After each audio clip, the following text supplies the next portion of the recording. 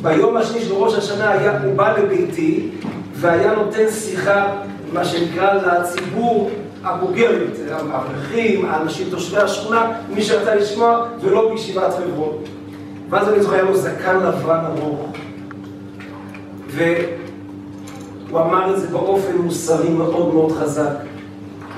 ואז הוא אמר את זה בגיגוי העידאי. הוא אמר, אתם רואים, כשהייתי בחור בישיבה, תפס אותי המשגיח הרב חסמן, קראו לו הבעל אור יהם. תפס אותי ואמר לי, מה אתה חושב לך?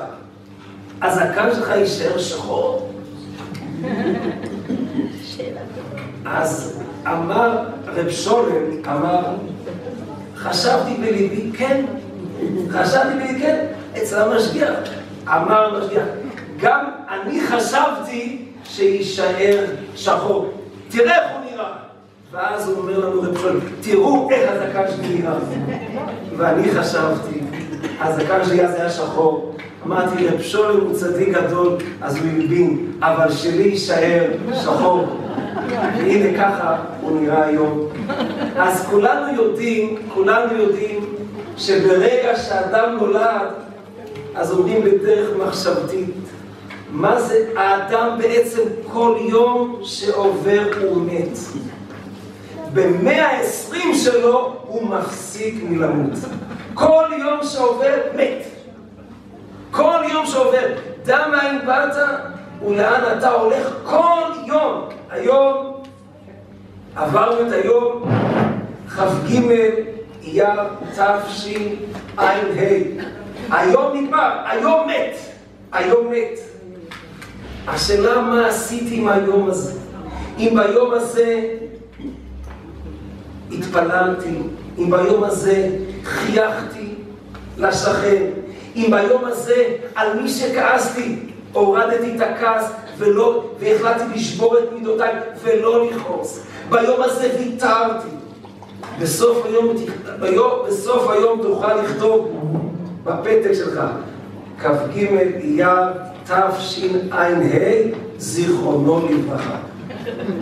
אבל אם ביום הזה קמתי ודיברתי לשון הרע וכעסתי על החבר ולא נהגתי בכבוד של האישה וכולי, אז באותו יום תכתוב כ"ג אייר תשע"ה השם ייקום דמו.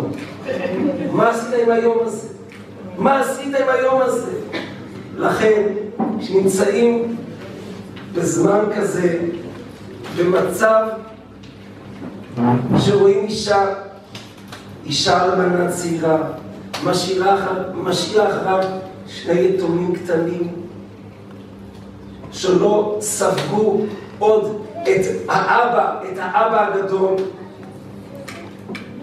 משאיר חלל כל כך גדול.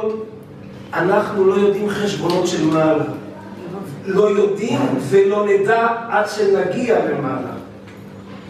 אבל מה עלינו לעשות כשאנחנו כאן מסתובבים עלי חלד, כאן על האדמה הזאת? אנחנו צריכים לדעת מה הנושא שמעסיק את האדם, מה שצריך להעסיק אותנו, איך אנחנו מטפלים בחלקים הערכיים, הרוחניים, המוסריים, שלשם כך נברא האדם. אדם עם מדע יכול להיות מדען גדול, והשם ישמור הבנדיט הכי גדול. כמו שראינו את אותו עם נאור. ומה ששמעתי היום, איך שהם לקחו את כל הטכניקה, להפוך את האדם אדם הוא דבר חומרי, אז מנצלים את האדם אטום. אם זה בכוח הפיזי שלו, ולאחר מותו הופכים אותו לסבון ולחומר זיבון בשדות.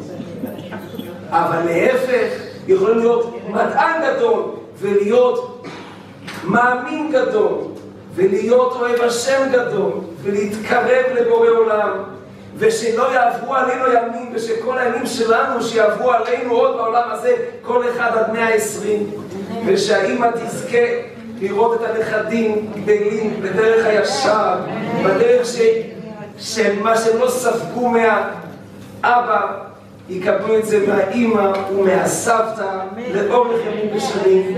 ואנחנו מבקשים מגברת דניאלה, איך שהיא כיבדה את בנה, אני ממש התפעלתי במשך השנה שיעור מדי חודש בחודשו. אנחנו מבקשים ממנה שתזמין אותנו במהרה לבר מצווה של הילד שאני לא יודע את שמו, ובעזרת השם לחופה של הנכדה, והיא תזכה כולם ביחד, אנחנו כולנו מוזמנים, בסדר? הבנו נועה.